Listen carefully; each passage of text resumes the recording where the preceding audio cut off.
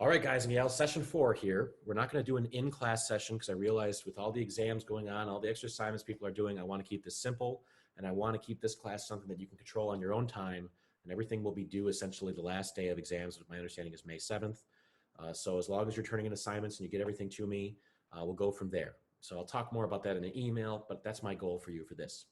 Your assignment for this session 4 is essentially, and I'm going to say this up front so you can think about it as we move forward.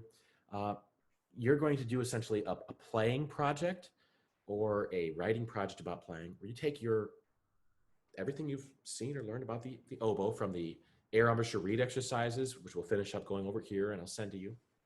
And I want you to apply every single one of those exercises to your instrument and tell me how it works, doesn't work, your insight, your perspective on it. And I want you to either write that out, the effect of that exercise on your instrument, the ranges, stuff like that, or make a video and record yourself doing it. It might be easier for you just to play it. You don't have to edit it. You can just do a stream of conscious like all of YouTube's doing and is taught to do. But I want you to go through each of those exercises because I want you to apply what you're learning about the oboe and the system of understanding to your instrument. I want you to be able to relate, even if it's percussion, you can still make pitch by, getting one stick on the drum head and then tightening and depressing it and pulling it back out. It doesn't matter what instrument you're playing, voice, a bassoon clue, there's a lot of relations, clarinet, flute. I don't want you to just look at these and say, it doesn't apply. I want you to look at them and say, well, it doesn't apply the way that you've said, but maybe if I roll the reed, the embouchure back and forth, that's my lip rolling of the instrument on the lip plate of the flute. Maybe instead of biting, you're closing the aperture and opening the aperture. So I want you to really try to think outside the box on, is this relatable? And if not, how could you use it? So again, take all the air embouchure reed exercises, go through each of them, can be pretty brief, but I want you to either write out how it affects your instrument and works, or do a video of you going through that. To me, that's really powerful because it gets you to interact from your own perspective that you know on your primary instrument to this hunk of wood over here. That's more important, I think, than you ever even playing the oboe, honestly. I'm happy to have you play the oboe, work on it, but if you're going to talk about what pedagogical thing will advance your ability to teach and learn, it's to be able to apply the techniques that make the oboe work to your instrument and understand if they do or don't work. Maybe that's something that you need to think about more. Because if it doesn't work at all on your instrument, you have to open your mind up to how it could affect another instrument. Just like, if you're going to hurt somebody else, you realize, oh, if I hurt them, I would feel the same way if I was hurt. So I probably shouldn't hurt them. I shouldn't do that bad thing. It's that sense of trying to relate to somebody empathetically. And I think that's a really important hallmark of anybody's teaching style. It's having empathy towards their instrument and their setup through your own understanding. The final project you're going to do before I go over the rest of the material in this lesson, I want you to write something for me wild. Maybe it's going to have really wide range. Maybe it's just going to be a beautiful melody. And what I mean by wild is everything you've learned about the instrument. And I should say, first of all, a little aside, the range of the instrument, which we aren't going to go all the way over and teach how to play, is low B flat below the staff, which should be a B flat 3, which is below middle C on the treble staff.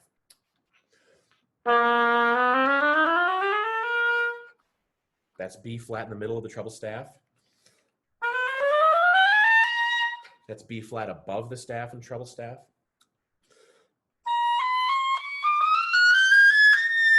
That's A twice above the staff. We're getting into flute range. I can go above that, but this reed, like I said, many months old, it's not going to go there, but we can use teeth tones.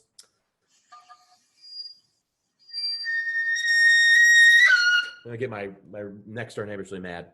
But with a good reed, you can take your teeth and play even higher up, not only into flute range. I have played above piano range. So as high, that we're talking like E8. You can really go up there. Anyways, I want you to take a wild stab at writing something, maybe even using multiphonics, maybe using extended techniques, which I'm going to teach you in a moment. But write me an 8-measure piece, 4 measures, any tempo. You can do longer, whatever. But I just want you to write something for the oboe that I'm going to play. And I'm going to record and send it to the whole class. And I'll tell them who wrote it. If you don't want me to tell them who wrote it, mention that. But either write it up by hand or put it in notation software. But I want you to engage with the instrument compositionally, because to me, it's one of the deepest ways you can engage with an instrument without playing it, because you know the range of it from that low B flat to essentially a high A twice above the staff. And you know some of the more drastic techniques of accomplishing things. And maybe you write it on your instrument and see how it feels on my instrument. Do not write below low B flat on this instrument. It will not make me very happy. I'll have to start singing down there otherwise, which is also an option.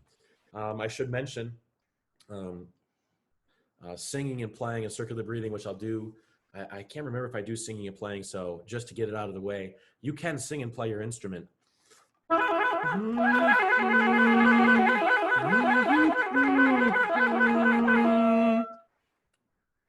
By circular breathing, playing the oboe with the oral cavity air, and singing through your nose independently. If you know the principles of the instrument, you can control the principles of your body. So with that, like I said, I think pretty straightforward assignments. I hope pretty fun. I think you're going to learn more from having a fun assignment than having 1,000 pages of multiple choice questions, which you're going to forget in half a second. And knowing that if you want more, next semester and semesters forward, I'm going to have a 1 hour a week open session on oboe where anybody can come in, music ed, composition, any music industry, any person that wants to talk or learn about the oboe will do an hour session on it. So always, and I got oboes in the closet. You can always try out. So let's move now on to another topic here. So we're going to move here to advanced techniques on the oboe. You may say to yourself, gosh, why is this guy going through the very most advanced things? I see no reason not to. I see every reason to teach you technique of the oboe. So when you learn about teeth tones and those little squeaky sounds, you can understand when a kid makes that squeaky sound, what's happening. Oh, the tip is over vibrating and not resonating with the rest of the reed. So, hey, why don't you take your embouchure and cover the reed more? Or why don't you open the reed because it's too compressed? By individually understanding each component of the oboe and separating them, you can control this instrument and put everything back together in a more harmonious way. So the logic of it enables a more artistic output. Even for some of you who have gone into perhaps Schenkerian analysis, you'll understand that it can be dangerous to oversimplify or overorganize, but by doing so, you understand from a broader macro perspective the micro nuances of things. It's a very helpful way, I think, to understand things. So let's get to advanced techniques. You can write these in your piece, by the way. So double and triple tonguing. I've given a little talk here. So double tongue. So when you're double tonguing, you can recite this text: to go, to get, to good. I say, you just double tongued, surprise. Use the following phonemes to oscillate your tongue back and forth and double tongue. TG, TG is what I've written, and TK, TK. Do you realize if you say G or a G sound with no vocal cord, G, G, K, K, G, G, G, K, K, it's suddenly a K, because a G is a vocalized K fricative. K, K, G, G, K, K. You may be able to soften your G, G, G, but it's just a soft K.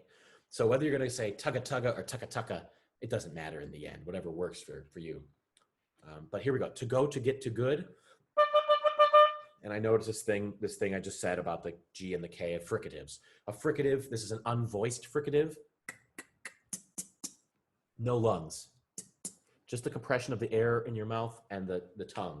This gets away from any air compression. So you can focus on what's actually articulating, the fricative, the tongue, not the air compression. Triple tongue, time to go, too good.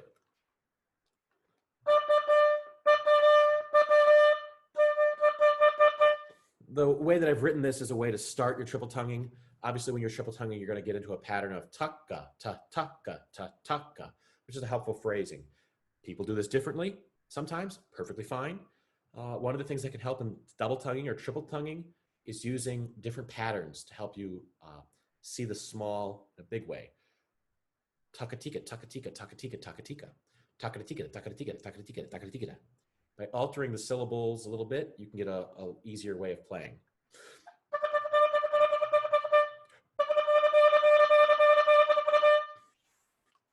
Flutter tongue. This is one that is really important for students because they may be left out if they don't know how to roll their tongue. So the first thing I do is I teach them the glottal double tongue.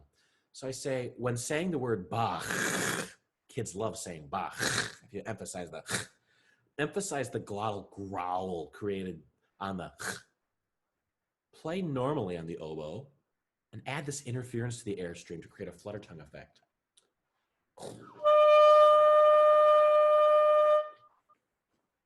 As long as you can stop back pressure from overcoming your body.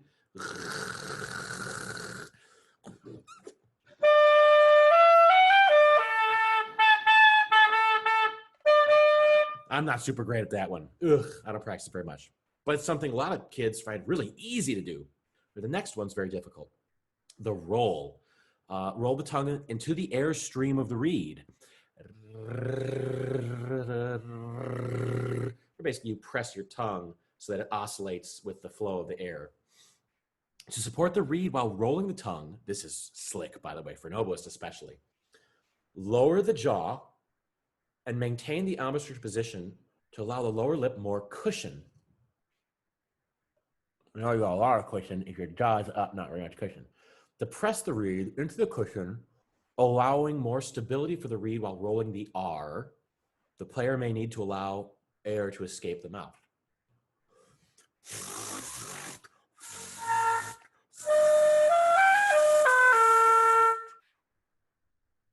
By compressing the reed into the embouchure, I've actually done a little bit too much. Let me take my earphone here. You can do this also then by just closing the system.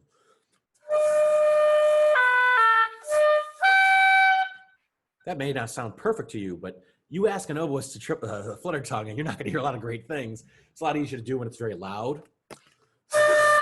But to do it quite like a flute does, it takes a lot of practice.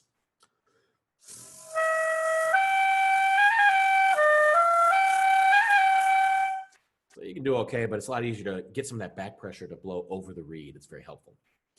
Everyone's favorite, circular breathing. First thing you should tell your students, circular breathing is not blowing in and out of the mouth simultaneously.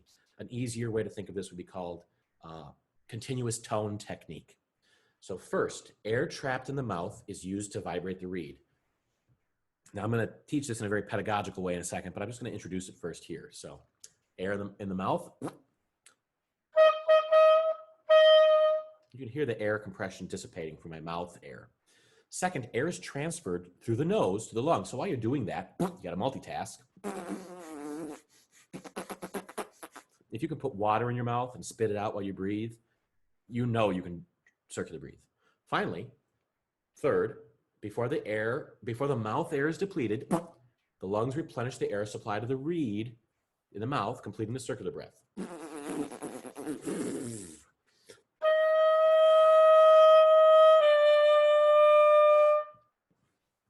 Might be better to call circular breathing because you're just breathing in and out of your nose and playing with the mouth, playing the oboe with the mouth while you're doing that. Now that you know the steps, I want to teach you something that may be very surprising to you. If you were to have somebody make a kissing sound, so if you make a kissing sound right now, it should sound like this, little kiss. If you make a kissing sound, it probably shouldn't sound like this. Because if it did, you'd have a problem. But the difference here is a kissing sound is so common to us as an oral ingression in the mouth. You can hear it stop. But if you instead make a kissing sound by compressing your lips and pulling from the lungs, it makes a very alien, foreign sound. But when you play your instrument, you blow out from the lungs all the time. Very normal. But you very seldom reverse kiss. While you drew air in for a kiss through your lips, you could do the opposite and reverse that and push air from the mouth out through the lips. That is circular breathing. You're doing a reverse kiss and delaying that air compression out of your mouth as long as you can until you can breathe through your nose and let the lungs replenish the mouth air. Now, flute players who are listening to this, I apologize. It's very hard to circular breathe on the flute. If you're doing it, good for you. I need to take more lessons from you. I'm like 95% there. I can almost get it. It's the one instrument I have not circular breathed on very well. Brass instruments, not a problem. I don't want to do it on tuba. Good luck to you on tuba. But the flute, you have to create enough back pressure, so you have to have really masterful control of your aperture. Where the oboe, it has so much back pressure, it allows you to circular breathe for quite a while. Or use your air and play the instrument for a while.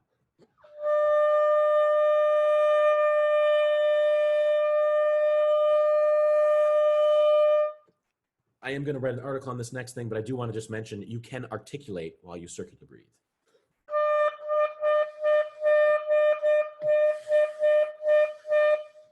Is it perfect? No, but can you do it? Yes.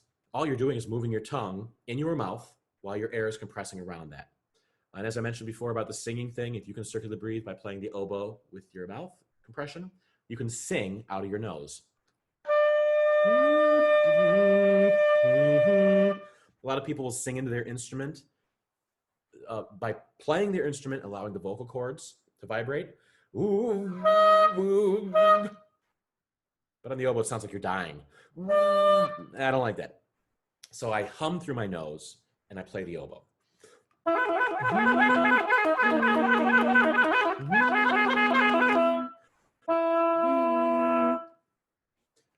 New composition coming soon. And feel free to write that in your piece. Good luck to me if you do. Ingressive playing, these are little funnier things, but if a bow can go down and up, the air can go out and in. So here I'm playing out with the lungs and in with the lungs through tightly pressed lips. I've written here how to do that. You can do that with the mouth, like a kissing motion, or out. So you can play continuously while you're breathing in or out.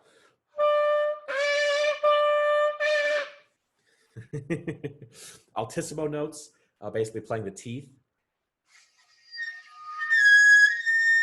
You can go pretty high up by doing that. It's just like altissimo on the violin where you play very high up on the strings. You're taking your teeth and over vibrating the tip of the reed. Everyone's favorite of the trumpet world and brass world is alla tromba. You take your reed out and you buzz on the reed well.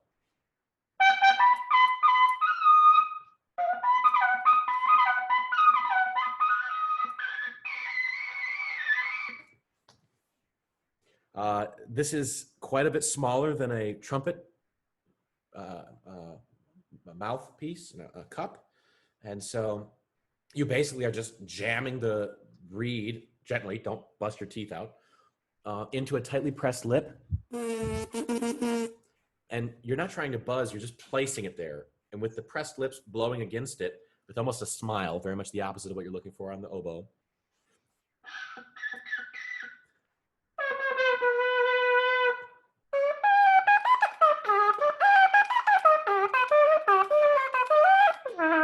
So you can use your fingerings and buzz just like you would the reed. Doesn't work great, but you can, as you saw before, you can play partials if you play a low B flat.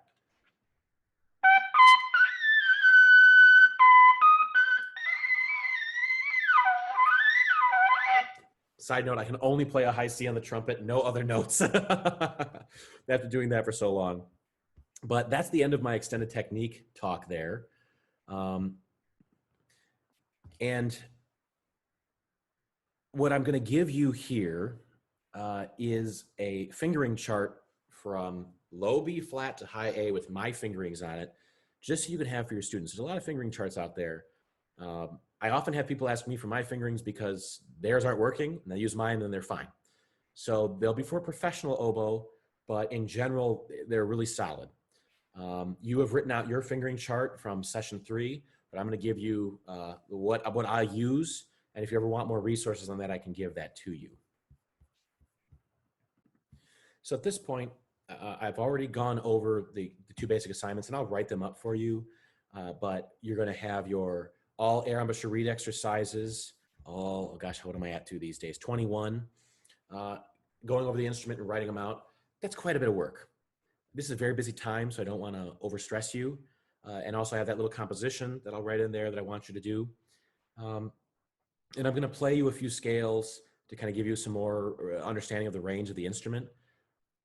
But I'm going to end it there for the assignments. Your final assignments will be applying these things to your instrument and then the wild composition. I could have you take a pencil and play all the fingerings of the instrument, but as you can tell probably by now, I'm really less concerned with that. That is not the oboe. How you move your fingers, how you comprehend air and embouchure, you can do that on your instrument. You don't need this instrument. You have the fingering chart, you play the fingering chart. Music ed majors, you're so well versed in this. I've tried to learn that over the years in teaching music ed methods classes, having learned bassoon and saxophone and clarinet and flute, and admiring those instruments so much in the things that they have to do, you guys have to do that I don't do on the oboe or don't think about. Something even like the flute, I think of now as like the anti-oboe, where the oboe does all this stuff around a reed and the flute does all this stuff around no reed. So even the things that are different to me are very exciting. And so I want you to be able to think more about how you're applying these things philosophically, and then know if you ever want to learn the instrument, you just talk to me and I'll help you play it. But I really think, even though you won't have the instrument, a lot of you, this is so much more important. These principles, these concepts, it is how I improve. It is how I teach. It is how I think. It is the parameters of success for everything I do or think about the instrument. And in my mind, it's how I get my students to have an epiphany some days, because I always say, when you understand this, it'll be easy, straightforward, and logical. And my students invariably, when they get it, they go, hey, that's really easy. I told you. So no, this instrument is not that complicated if you understand it. If you can approach it objectively without emotion. Another one, if your kids are if they're feeling emotion, they're frustrated, immediately, I would say, especially in the oboe, redirect them and say, if you're feeling this rage or anger or frustration, that's good. Funnel it towards solving the problem, not destroying yourself. Focus on elevating your understanding so you can find a solution, and use that as a motivation to show you care. To me, that's the most powerful commodity any student can have. So if you find a little David Cizak out there who's a little wild, as I was when I was very serious, a little wild, and I could get frustrated, I want you to focus on how can you direct that student towards clarity, information, motivation towards success. That student is oftentimes going to find success if they have the right path to not get thrown off and just give it up. I learned left E flat when I was a kid. I said, that's it. I didn't teach you left E flat. Ugh. Oh, that's another day. But left E flat is over here. It's the same as right E flat. And maybe I did. It was a while when I recorded the other video. But when I learned left E flat, I think it was like 7th grade, took my oboe, packed it away, put it in the closet where it originally came from, said, I quit. I'm done. Done with the oboe forever. Now, I took it back out the next day and got it back out and started playing again. But, there's some really tough things that these students will approach, and you'll find with this instrument and other ones. But I'm just really excited to have been able to give you an introduction to this instrument, give you assignments that to me are really valuable and important, that engage your mind through your perspective that you currently have, and give you new ways of perceiving what you may already be doing, but in a different way from an oboistic perspective. But know that you're helping not only yourself by learning, but you're helping me in giving me your perspective. I need your perspective to learn how to do what I do better. And I'm working on a more universal method that attempts to help band directors, teachers, oboists, clarinetists, percussionists, anybody to conceive of how we do these things clearly with a universal approach of understanding, not of subjective diminishment. Just like we have in music, the understanding that there's music and organized sound. Organized sound is not an emotional put down of music. It's just to say, well, there's some pitches there and they're organized. That's how I want to approach this music. That's how I want you to approach learning and teaching the oboe. And I'd prefer you teach even your students is focus on what works and how to achieve the end result you want with thoughtful, organized, clear goals and objectives. So with that little soapbox taken care of, I want to just play a couple little scales here. So here's a 2-octave D major scale. We already know the regular 2-octave, or the first octave, I should say. As we ascend, we're going to go from that half whole D to our E with the first octave. Half whole goes down. F sharp, G, A, side octave for A, B natural, C. Oh, we're a D major. C sharp. Oh boy. As soon as you get above C natural on the oboe, things get weird. Just like in the bassoon. You get into the upper register. Oh no. It's a real fun time. So you go to C sharp. I won't try to teach you that. This is C sharp. B, C sharp, half whole D. Good luck. But you'll have kids, they'll hit that high C and go to C sharp. It takes time. So you really want to help them through that and give them little by little advancement through that. I'll play the D major 2-octave scale.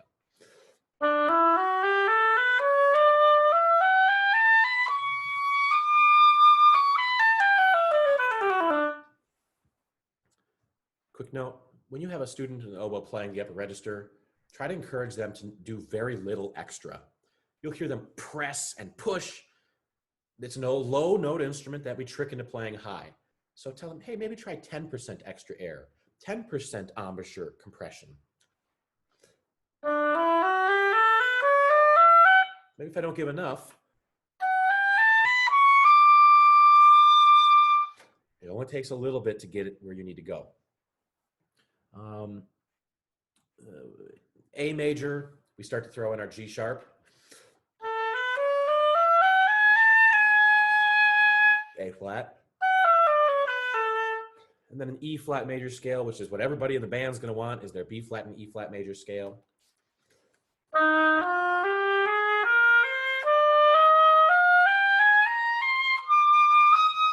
Again, we get to that high fingering and something weird is going to happen, but another day we can talk about that.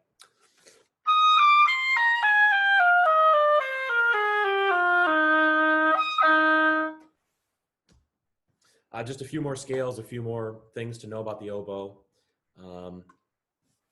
We've talked a little bit about this, but just a reminder, when you have a kid play on the oboe, these are the keys you're going to be looking for. It may be easy just to go a little bonkers and not know where you're supposed to be going. And one of the things we didn't talk a lot about since we weren't in person, but when you have a student starting the oboe, they're going to have some really weird thoughts on how to hold it. Let me switch around here this way. So what I recommend is having the student hold the oboe in front of them and reaching for the keys and playing them like they would a keyboard or a typewriter. Get the thumb out of the mix. You'll notice how curved the fingers often are. Or even have your student just droop their hand down and recognize that when you let your hand down, I'm an oboist, so you're going to see this happen a lot. But when you let their hand down, the natural curve of the instrument of your hands is built in. You want to allow that to happen as much as possible to avoid arthritis. Also, when your students walk in and start playing like this, to get them to adjust their hand position, you've got basically 2 options. You've got bye-bye, where you wave your wrist back and forth. And when you do that on the oboe, you have this ability to change the position of the wrist with your fingers. And you have the fancy hello, the rotation of the wrist. The students will not be able to do it when their hands are on the oboe. They can't deprogram themselves. But if you get them to do this and apply it, all of a sudden the hand position is right there. So we may be going back to the very beginning, but it's most good things. You start from the beginning, go to the end, and come back. So back to the hand position. When you have your hand on the oboe then with the students, you say, now add your thumb to this. Add your thumb to the thumb rest and try to keep your thumbnail, middle of the thumbnail, halfway through. One of the things you can use to help cushion the oboe is, they have those big hunky thumb rests, but you can go to get pencil cozies, those little kind of soft pencil cozies, gel, foam, and just cut them and slip them on the oboe. The poor kid's blister will go away. They won't hurt. There's nothing wrong with using a neck strap, but a lot of times it's just keeping your wrists at ease. So there's no bent angles. I also tell students, when they play, they'll often play out like this. Some schools of playing have their elbows out. I find it constricts the upper ventricles of the lungs. So when you're playing, I tell the students, put your elbows on vacation. Anytime you can use something that's not forceful, like put your elbows down. Anytime you can avoid that, instead do something that's kind of circuitous a little bit. You can get back to put your elbows on vacation. It goes from not using that motion. Bassoon, other instruments, you have to have your hands pretty far out, your elbow, to be able to wrap around and play with good technique. Then on the oboe, you really don't need your elbows there. And even below your eye pads, you can relax this. If you see your student, either they hate you or, or they just don't know that they can play the oboe. It's so much easier to play and control if you're not stressed out up in your lower eyelids and your upper cheeks. It's crazy how those things are attached. This is just kind of a few last pointers because there's just so much to talk about with the oboe and pedagogy and your own instruments. Just one last time, I want to reiterate, not only the oboe in helping you, but if there's any technique, circular breathing, double tonguing, flutter tonguing, aggressive playing, Goritsky technique, this is all applicable to our art as musicians. So always feel free to reach out to me for a virtual lesson, send me a recording. I'm always out here for you. I am a fixture at MTSU to help you, help your program, just help everybody in Tennessee and anywhere I can. I hope you've had a good 4 sessions here and enjoy writing out your assignments, doing a video for the exercises, and doing your composition.